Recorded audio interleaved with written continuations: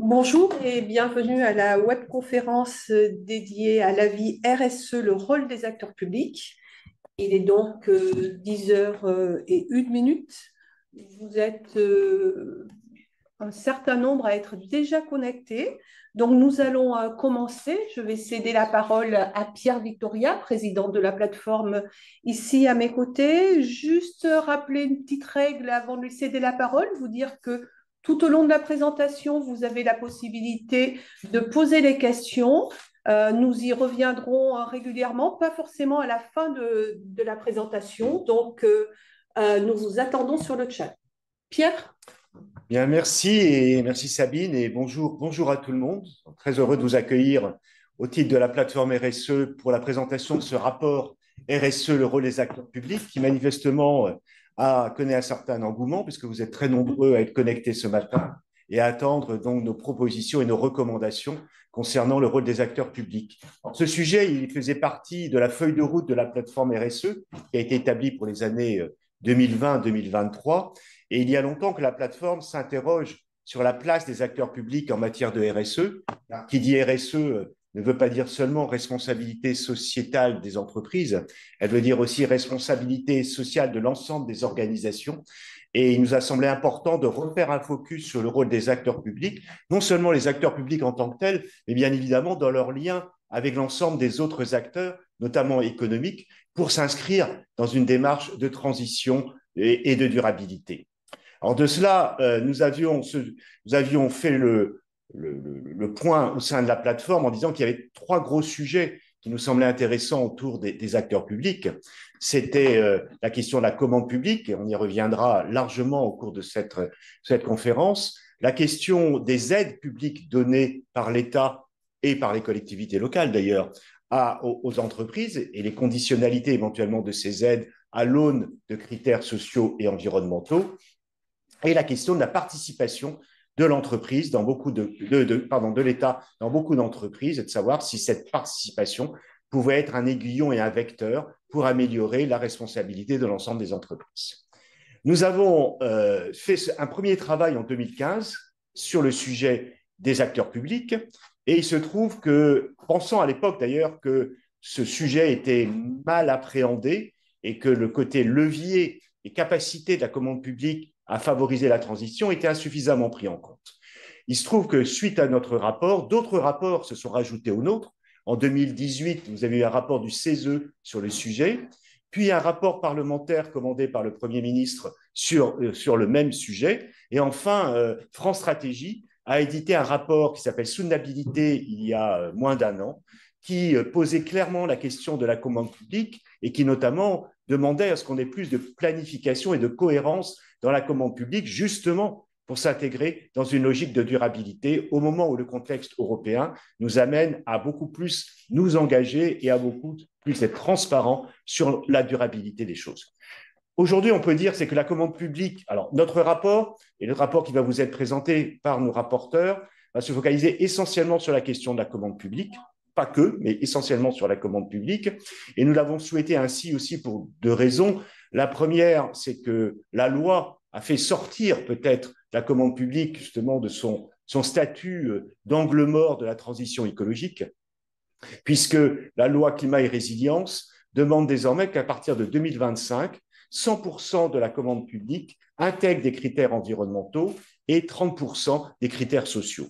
Par ailleurs, nous avons aussi, l'État vient de définir son nouveau plan national d'achat durable pour les années 2022 ou 2023, pardon, 2025, qui intègre complètement les sujets de responsabilité sociale des entreprises. Donc nous sommes dans un moment crucial où la question de la commande publique et du rôle des acteurs publics devient déterminant dans une logique de transition. Et c'est ce travail-là que nous avons voulu promouvoir. Vous voyez sur le slide qui vous est présenté que ce ne sont pas des sommes négligeables dont on parle, hein, puisque 95 milliards d'euros concernent la commande publique. Alors, dans cette commande publique, il y a la commande publique d'État, mais il y a aussi beaucoup la commande publique territoriale auquel le groupe de travail, sur lequel le groupe de travail s'est beaucoup penché. Et vous voyez sur le graphe à droite, la question de la conditionnalité des aides, qui sera sans doute un sujet qui nous appartiendra de creuser dans les années à venir. Pour le moment, je vais donner la parole aux deux co-rapporteurs, qui sont donc Véronique Wangstein, qui fait partie du pôle économique. La plateforme RSE est organisée sous forme de 5 pôles. Donc, Véronique fait partie du pôle économique, et Marc Darras, qui fait partie du pôle des acteurs de la société civile. Ce sont eux qui ont mené ce travail, c'est eux qui vont le présenter et qui répondront ultérieurement à vos questions. Véronique? Oui, alors je passe la parole à Marc pour commencer. D'accord. Merci Pierre de cette introduction. Nous allons vous faire un retour sur nos travaux. Nous sommes les rapporteurs, donc à ce titre-là, nous exprimons le point de vue acquis globalement par les travaux de la plateforme. Et puis, nous voulons tout d'abord bien signaler que notre approche est de se poser la question de comment les acteurs publics vont favoriser dans les entreprises la RSE. Il n'est pas question pour nous, bien évidemment, de nous poser la question de faire une évaluation des politiques RSO des acteurs publics. Donc voilà l'angle sur lequel nous sommes. Deuxième chose, nous avons dans le rapport utilisé un certain nombre de termes que nous souhaitons juste clarifier avant le début de cette présentation. Alors, lorsqu'on parle de donneurs d'ordre, pour nous, c'est tous les responsables de l'État, des collectivités territoriales ou des délégations de services publics qui vont être amenés à exprimer un besoin. Quand on parle de produits et services, on s'intéresse tout autant à la qualité et l'impact du produit et du service qu'à son mode de fabrication. Donc, c'est les deux côtés que nous allons regarder. On utilise aussi indifféremment le mot commande et le mot achat. Il y a un code de la commande publique et très souvent on parle d'achat. Donc, il n'y a pas de différence dans notre manière de nous exprimer entre ces deux mots. On peut faire une différence, regarder la commande comme le processus et l'achat comme le résultat, mais nous n'avons pas fait cette différence. Donc, voilà pour le propos liminaire. Commençons à regarder les différents éléments. Voilà, alors, tout d'abord, le cadre de la commande publique. Alors, ce qui nous a frappé, c'est le nombre d'acteurs qui interviennent dans la commande publique. Bien évidemment, il y a celui que j'ai nommé tout à l'heure donneur d'ordre, qui va exprimer un besoin. Après, il va y avoir toute la chaîne de mise en place de la commande publique avec les acheteurs, etc. Et puis, enfin, ceux qui vont recevoir le produit ou le service. Donc, c'est toute une chaîne continue dans laquelle il ne faut pas oublier l'acteur qui va produire le produit-service, l'entreprise. Donc, voilà une chaîne qui doit être mobilisée de manière globale. En termes de commande publique, c'est le droit européen qui donne le cadre depuis de nombreuses années. Le droit européen demandait de respecter des questions d'accès à la commande publique pour tous de manière équitable. Donc, c'est les trois règles qui sont le libre accès, l'égalité de traitement et la transparence des procédures.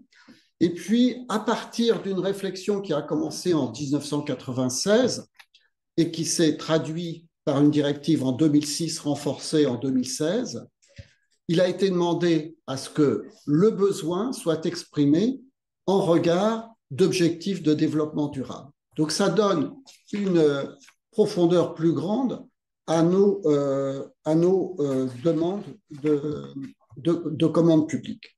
Voilà quelques points essentiels. Pierre, tout à l'heure, a rappelé l'importance des critères sociaux et environnementaux depuis notamment la loi climat. Voilà un cadre qui donne une structure à l'offre très précise. Enfin, effectivement, il y a une dynamique qui se crée par des recommandations, des visions de l'État sur le plan d'achat durable. Merci.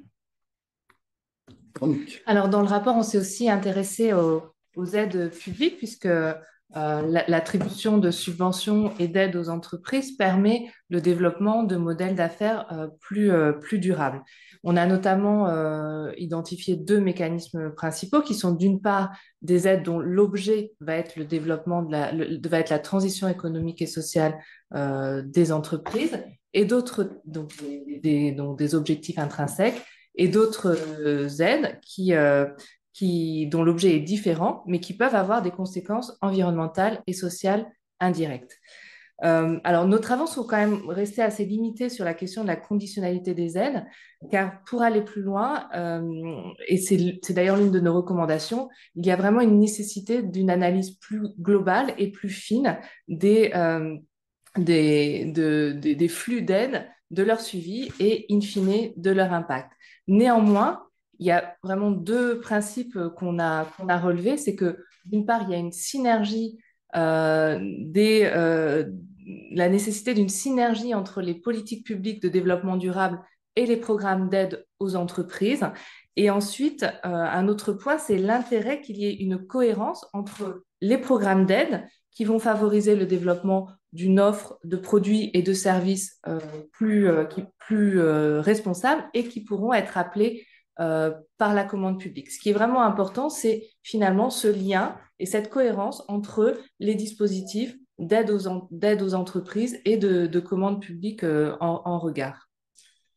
Alors, quand on a interrogé les différents acteurs, on s'est aperçu d'une chose assez particulière, c'est que les donneurs d'ordre ne font pas de lien ou font peu le lien entre achat et leur politique générale, leur politique de développement durable, qu'elle soit nationale ou locale. Alors que on comprend bien que les achats de produits et de services vont être une manière de réaliser cette politique locale. Donc ça, c'est un premier manque qui nous a paru assez fort. Et bien évidemment, automatiquement, ne percevant pas l'importance de cette politique d'achat en termes de réalisation des objectifs de la collectivité, le budget ne va pas être associé directement à cette vision politique. Et donc, très souvent, on a eu des échos comme la demande était à peu près claire. Par contre, le budget n'était pas en regard de cette demande. Donc, il y a une question importante, c'est de se donner les moyens de sa politique, en quelque sorte. Enfin, la commande publique va traverser différents services et très souvent, il y a peu de communication entre les différents services. Chacun vit sur son budget, vit sur sa problématique, alors que les questions de développement durable nous posent souvent des questions de transversalité. Alors, on a aussi dans les auditions, les auditions nous ont permis d'identifier des pratiques des acteurs publics qui sont permises par la réglementation actuelle et qui gagneraient à être généralisées pour sélectionner des offres des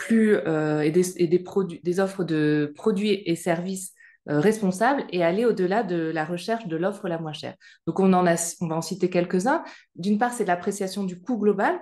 Donc, le coût global, c'est-à-dire qu'on va prendre en compte les coûts liés à l'acquisition, à l'utilisation, à la maintenance et à la fin de vie. Et cela correspond aux dépenses auxquelles devra faire face l'acheteur lors de l'utilisation du bien ou du service. Mais aussi, on va prendre en compte les coûts imputés aux externalités environnementales et sociales du produit, du service ou de l'ouvrage. Cela permet de passer de la seule analyse immédiate à l'intégration des conséquences environnementales et sociales de l'utilisation du produit ou du service. Alors, bien sûr, ça pose quand même une difficulté de la manière dont on va évaluer les coûts liés à ces externalités. On a aussi une pratique, le sourcing, qui permet de mener des consultations auprès de quelques fournisseurs en amont du marché afin de mieux connaître l'offre, de connaître les capacités des entreprises à répondre à l'offre, notamment les capacités des TPE et des PME locales, aussi d'identifier les innovations et aussi d'identifier les bonnes pratiques. Et donc, ces bonnes pratiques et ces innovations qui pourront ensuite être plus facilement appelées dans le cadre du marché, puisqu'on aura la possibilité d'ajuster la formulation de ce marché en conséquence. On a aussi l'acceptation de variantes innovantes, alors qui d'ailleurs peut être appelée par le cadre, dans le cadre du sourcing, puisque dans le sourcing, on aura peut-être identifié certaines pratiques qui sont innovantes, donc qui ne peuvent pas être généralisées en appel sur un marché, mais par contre, qui peuvent répondre qui peuvent tout à fait être mis en valeur par ces variantes innovantes. Et c'est vraiment d'ailleurs un des objectifs des variantes, c'est de pouvoir appeler des produits ou des services plus respectueux de l'environnement ou avec des progrès sociaux également. Et ça permet vraiment aux entreprises de valoriser leur engagement en la matière.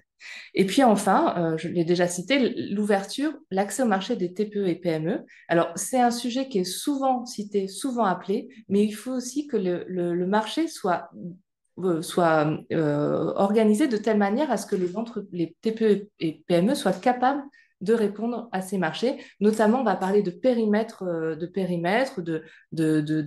territoire d'action pour pouvoir appeler les PME et TPE. Et alors, sur tous ces sujets, nous avons finalement identifié beaucoup d'outils, notamment des guides qui sont très bien faits, mais par contre, un besoin en sensibilisation, formation des acheteurs publics pour mieux appréhender ces possibilités. Alors, pour les entreprises, ça va être le symétrique de ce qui vient d'être dit, puisqu'il faut que les entreprises se mettent en situation de répondre et d'être innovants. Donc, en fait, tout d'abord, la première chose, c'est bien d'identifier leurs produits et services qui vont faire un plus dans la réponse aux appels d'offres, et notamment sur les critères sociaux et environnementaux qu'on a vus tout à l'heure. Deuxièmement, une connaissance des politiques nationales et locales d'achat. Donc, c'est assez important que les entreprises s'imprègnent de cette orientation de la demande pour y répondre. Enfin, participer au sourcing, qui est une démarche bien calibrée, bien cadrée, et bien sûr, proposer des variantes innovantes. Alors là, il y a un jeu, dans les discussions que nous avons eues, il y a un jeu entre l'acheteur et celui qui répond, le soumissionnaire, parce qu'il faut effectivement qu'à l'autre bout, il y ait une écoute sur les variantes innovantes et une possibilité de les mettre en action. Donc, c'est un enjeu pour l'entreprise, c'est d'être vraiment un acteur sur cette évolution des marchés, sur la réponse au marché. Alors, tout à fait. On a eu aussi, alors, il y a beaucoup de discussions sur la prise en compte de l'approche globale de la politique RSE de l'entreprise. Alors, aujourd'hui, le cadre juridique ne permet pas de prendre en compte cette approche globale de la politique RSE de l'entreprise, et cela a été rappelé par l'arrêt Schifolo du Conseil d'État en 2018, qui précise que les critères environnementaux, la mise en place de critères environnementaux et sociaux doivent être liés à l'objet du marché. Néanmoins, lors des différentes auditions, nous n'avons pas souligné ça comme un frein réel, et nous n'avons pas non plus identifié de voie d'évolution de ce point réglementaire qui découle du droit européen. Nous avons en revanche entendu de la part de nombreux acteurs, que ce soit des acheteurs publics ou des entreprises, un appel à la stabilisation du cadre afin d'explorer et de mettre en application les possibilités qui sont déjà existantes. On en a cité quelques-unes précédemment. Et puis aussi, dans les discussions, on a fait une petite digression, on a été aussi voir comment ça se passait sur les marchés privés où cette performance globale des entreprises est possible, elle est possible de prendre en compte. Et ça pose quand même un certain nombre de questions que nous ont relevé les entreprises, notamment sur des questions de transparence, d'équivalence et d'approche proportionnée aux PME et TPE des méthodes d'évaluation utilisées. Donc, c'est pas non, donc aujourd'hui, le seul point finalement dans le cadre réglementaire qui reste problématique à l'issue de nos recherches sur ces travaux, c'est la prise en compte et la valorisation des productions locales qui ne sont pas, qui sont difficilement possibles dans la commande publique. Merci beaucoup. Ce que je vous propose peut-être, c'est de prendre déjà une petite série de questions des personnes qui nous suivent. Elles sont nombreuses, presque 200. On souhaitait réagir. Alors, une réaction, des questions. Une réaction qui consiste à dire merci de mettre en lumière les problématiques la problématique de cette façon-là, c'est-à-dire le rôle que peuvent avoir les acteurs publics sur la politique RSE des entreprises. Un rôle peut-être pas suffisamment présenté ou peut-être pas positionné, en tout cas présenté de cette façon-là. Oui, les acteurs publics peuvent encourager la politique RSE des entreprises. Donc voilà, il y a une personne qui a souhaité nous remercier d'avoir problématisé ainsi la webconférence. Ensuite, j'ai retenu, il y en a d'autres, mais 2 réactions par rapport à ce que vous aviez présenté.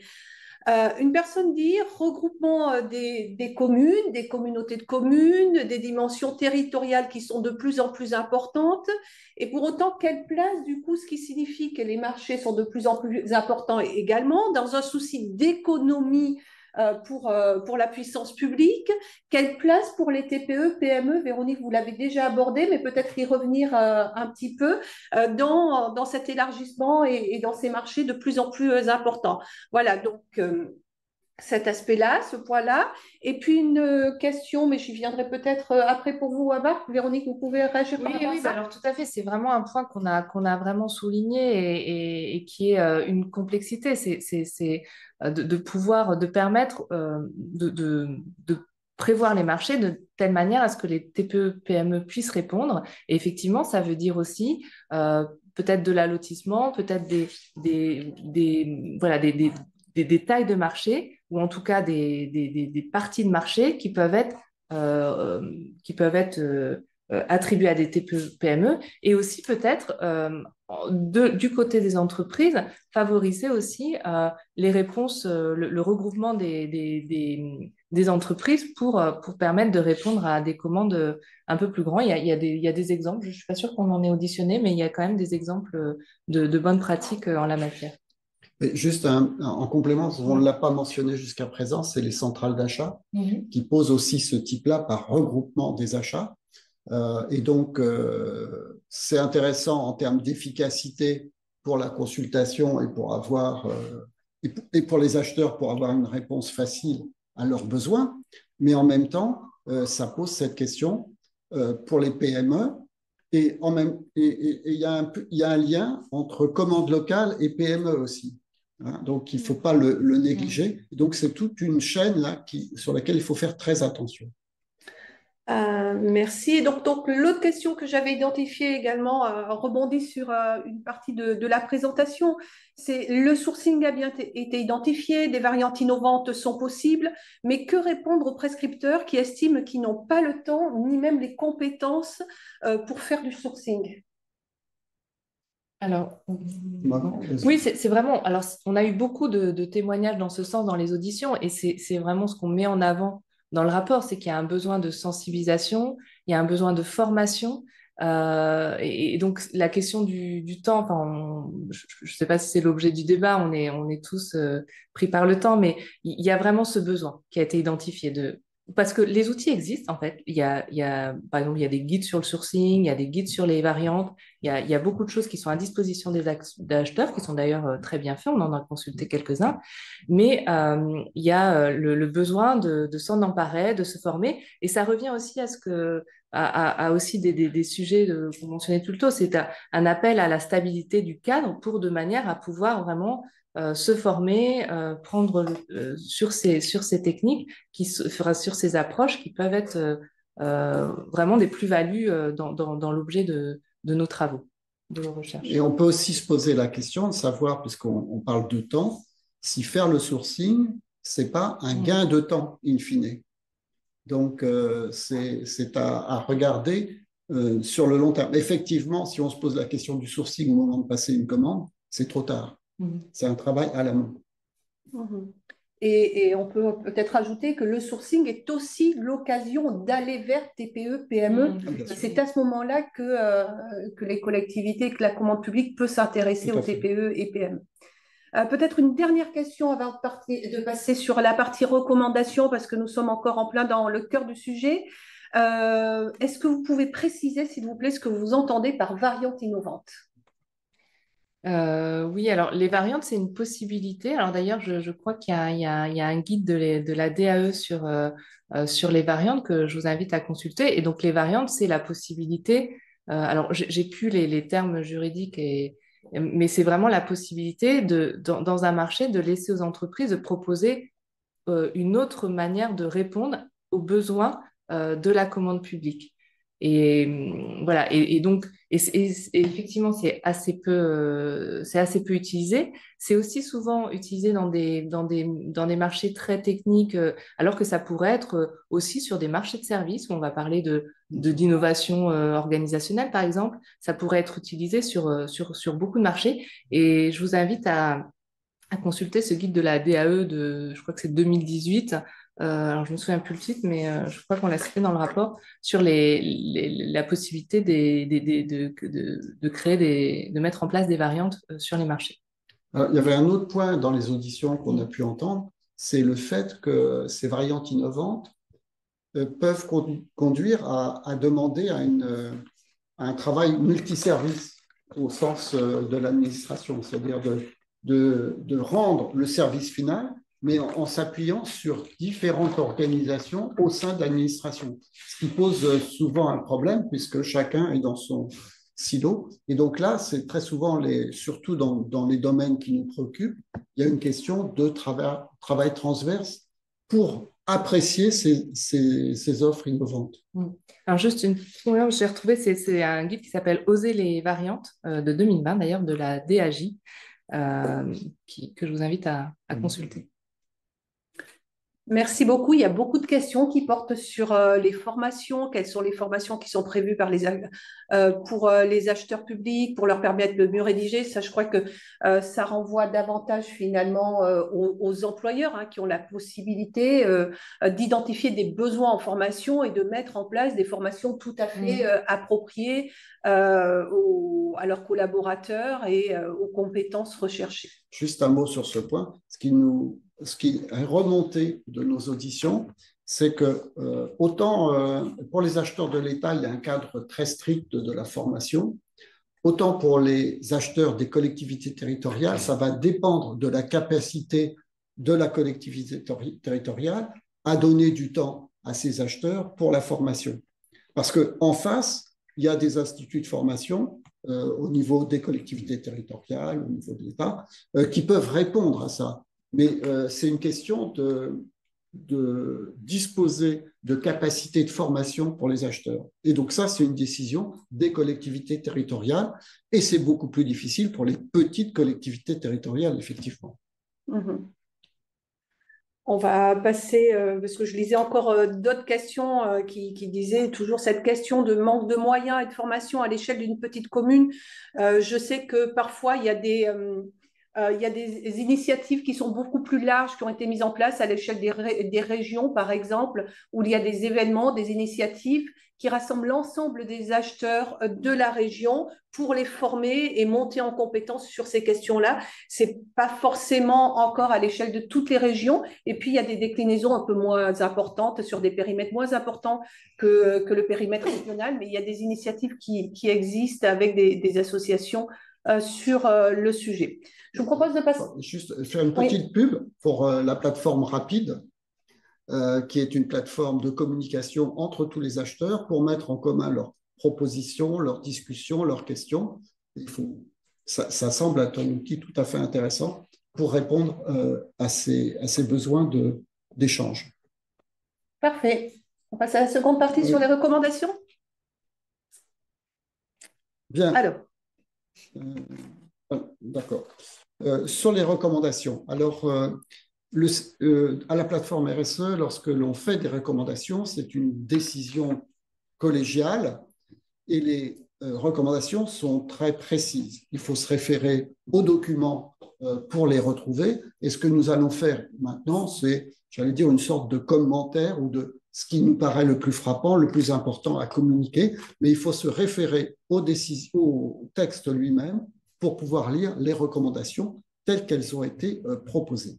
Alors, je commence par les recommandations dites au gouvernement, c'est-à-dire c'est le gouvernement qui va donner un cadrage à la commande publique, ce n'est pas le gouvernement qui fait les commandes publiques. Hein, là, c'est le rôle de l'État en termes d'organisateur, ce n'est pas le rôle de l'État en tant qu'acheteur. Et donc là, il y a vraiment un besoin d'appuyer les acheteurs, c'est ce qui revient dans les questions du reste, d'appuyer les acheteurs. Il y a un certain nombre de guides, il s'agit de les diffuser certainement, et il y a un besoin d'évaluation derrière ça. Il y a un besoin d'évaluation pour voir si l'impact est effectif, ce qui est quelque chose qui nous a semblé fondamental. Enfin, dans les recommandations, en réponse à ce que présentait tout à l'heure Véronique, il y a cette question sur les aides d'État, les aides aux entreprises, de voir quel est leur impact effectif en termes de développement durable. Et donc, parce qu'il y a des évaluations qui sont faites plutôt en termes économiques, en termes emploi, mais en termes impact, en termes de développement durable dans les différentes composantes du développement durable, ça c'est quelque chose qui semble important de faire en raison de la politique générale d'appui aux entreprises.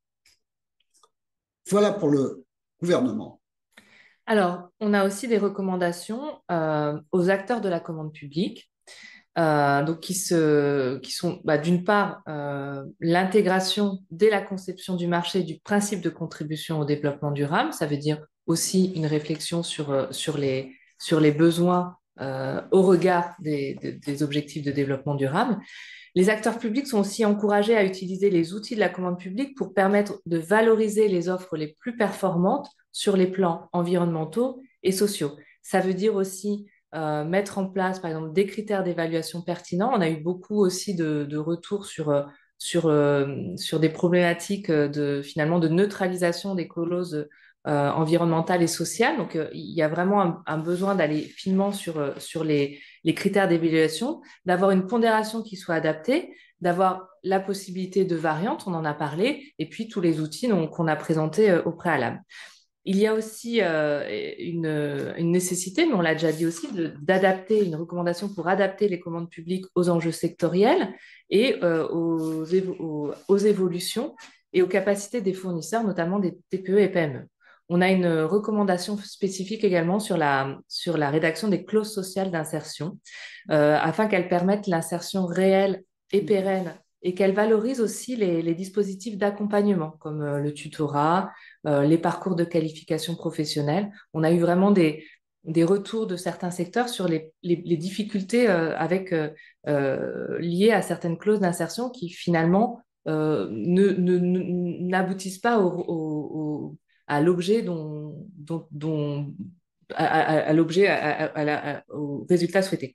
Et puis enfin, on a donc une dernière recommandation qui porte sur les modalités de suivi, de respect des engagements sociaux et environnementaux, qui soient plus clairement définis, qui puissent identifier aussi des mesures correctives, voire des sanctions si nécessaire.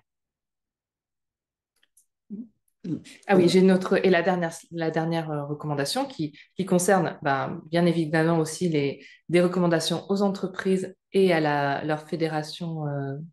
Alors, on a une petite un petit décalage. C'est la suivante. Voilà. On a une recommandation aussi aux entreprises et à leur fédération professionnelle. Donc c'est au final, c'est-à-dire que alors on l'a vu, on attend aussi des entreprises qu'elles proposent des produits et des services qui ont un bénéfice social et environnemental et qu'elles s'améliorent en la matière pour qu'elles puissent aussi être qu'elles pourront valoriser dans le cadre des appels d'offres. Et puis, les fédérations professionnelles, on en a rencontré certaines, elles ont un rôle à jouer pour soutenir et valoriser l'activité notamment des TPE et PME, afin de les aider à répondre, déjà accompagner le progrès, accompagner leur transition écologique et sociale, et de manière à ce qu'elles puissent répondre de manière plus efficace à la commande publique responsable. Alors, On va revenir sur... Oui, sur celle d'avant encore. Voilà. Dans notre dynamique, on a été trop rapide. oui. Voilà. Voilà. Donc, je vais la commenter. Effectivement, comme on l'a dit tout à l'heure, dans notre analyse, on a vu que le donneur d'ordre a un rôle essentiel dans la définition du besoin. Et donc, si on a un besoin qui correspond à cette démarche de développement durable, bien exprimé, automatiquement, l'acheteur et le produit-service qui sera acheté aura cette dynamique. C'est beaucoup plus facile à ce moment-là de valoriser des critères sociaux et environnementaux dès lors que le besoin est exprimé en ces termes-là. Donc, ça nous a semblé être un point important, bien sûr avec des budgets cohérents. Et puis après, c'est plus des questions de conditions générales de déploiement et d'hébergence de ces offres que peuvent mettre en place les donneurs d'ordre de l'État et des collectivités territoriales. Certaines collectivités territoriales se sont emparées du sujet, je pense à certaines régions, pour effectivement faire émerger sur leur territoire des offres correspondant à leurs besoins en termes de développement. Voilà. Dans ce cas-là, nous avons passé tous nos slides en revue et toutes nos résolutions. Je pense que vous avez réussi à suivre. Donc 17 recommandations au total, c'est ça? Oui, c'est ça. 17 recommandations au total, certaines donc, ont été un peu plus développées et qui ont appelé aussi des questions de la part des personnes qui nous suivent.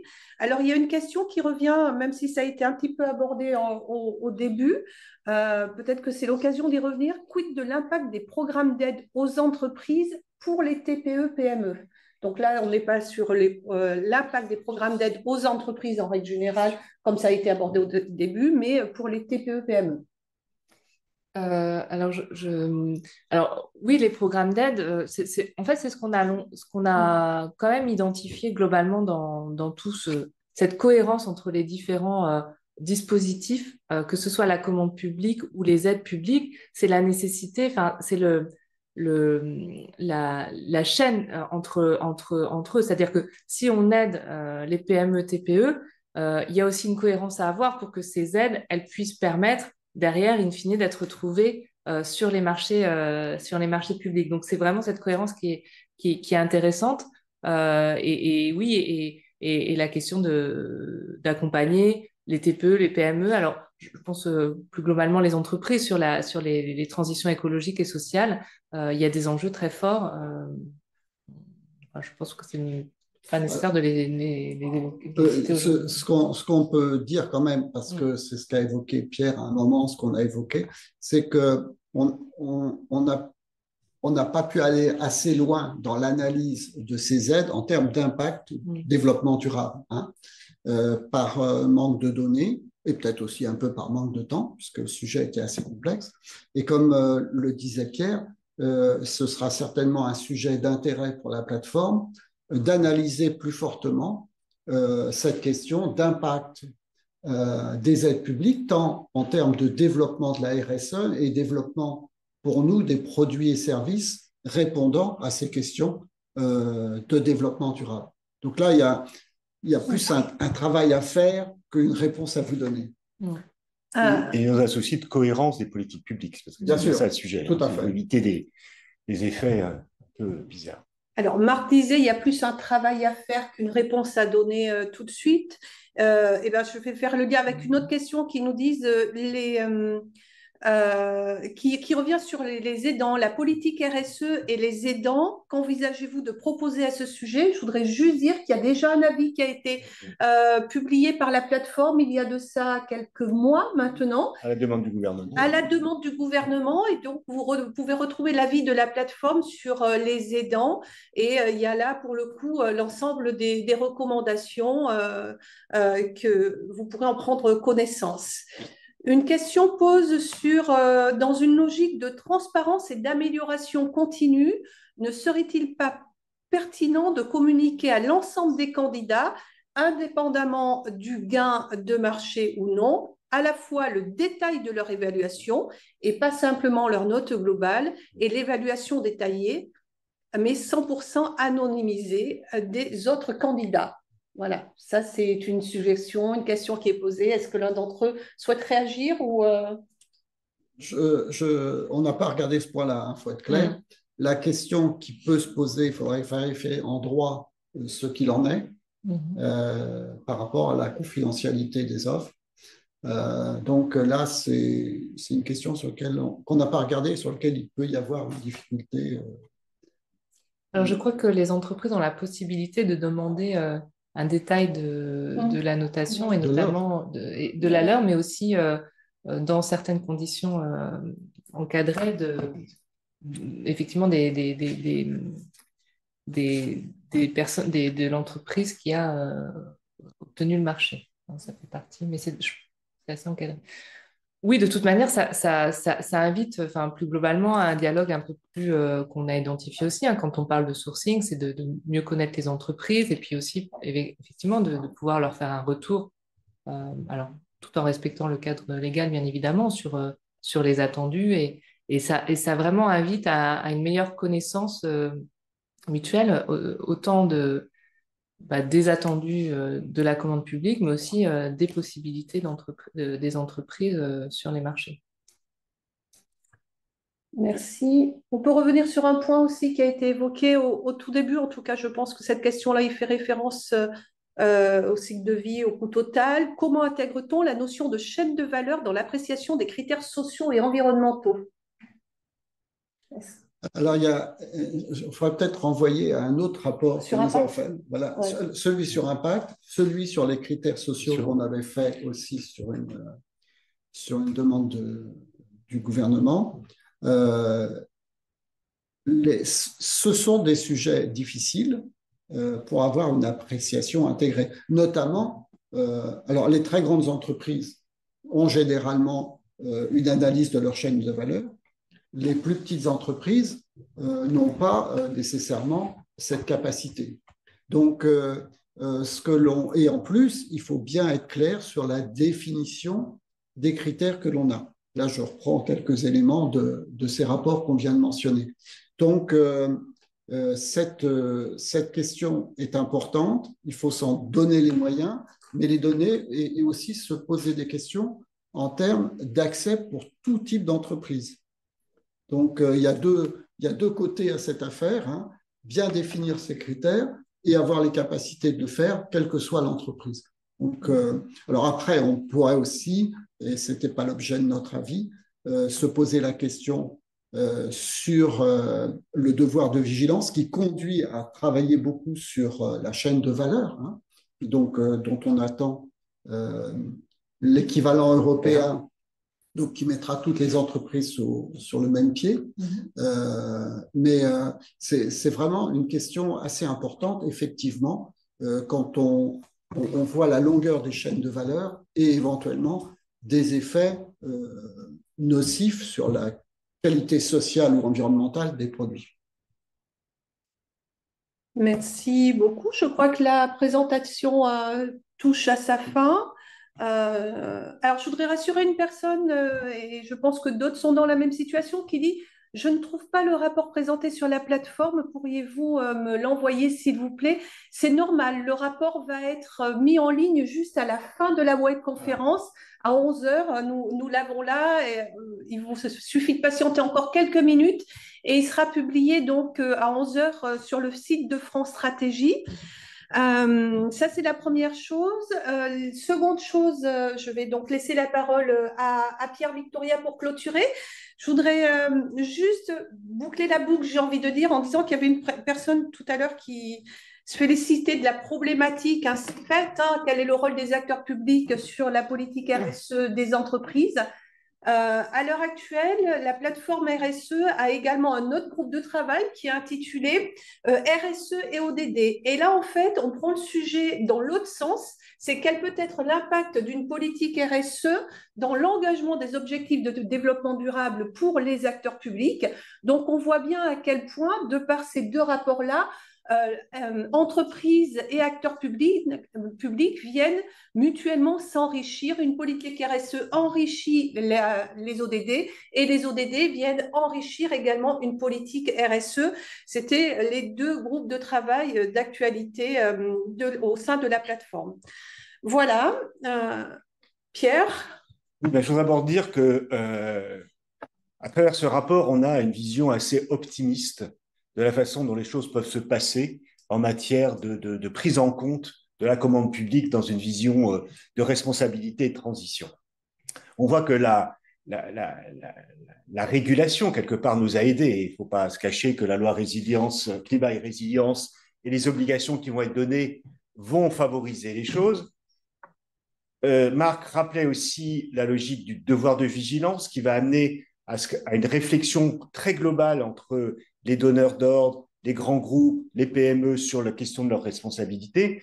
Et puis, on s'inscrit aussi quand même très fortement dans des grands projets, les grands projets de loi et d'action qui sont la réindustrialisation de notre pays et l'industrie verte. C'est-à-dire qu'on pense profondément qu'on est dans un mouvement qui va permettre plus de coopération et plus d'action.